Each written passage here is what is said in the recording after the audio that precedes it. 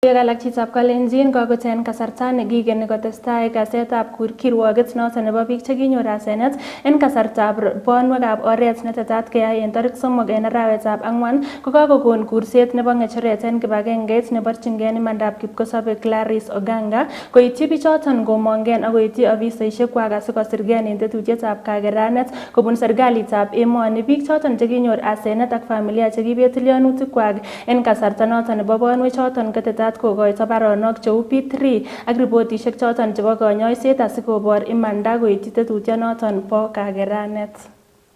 Waomba waathiriwa wote ambao hawajajitokeza kufanya hivyo kwa hiyo wiki moja ambayo imesalia.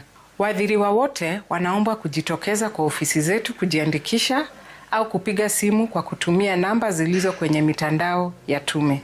Tungependa kuwakumbusha wananchi ya kwamba tume hii ndiyo taasisi pekee inayofanya shughuli ya kusajili waathiriwa wa ukiukaji wa haki za kibinadamu, haswa waathiriwa wa maandamano.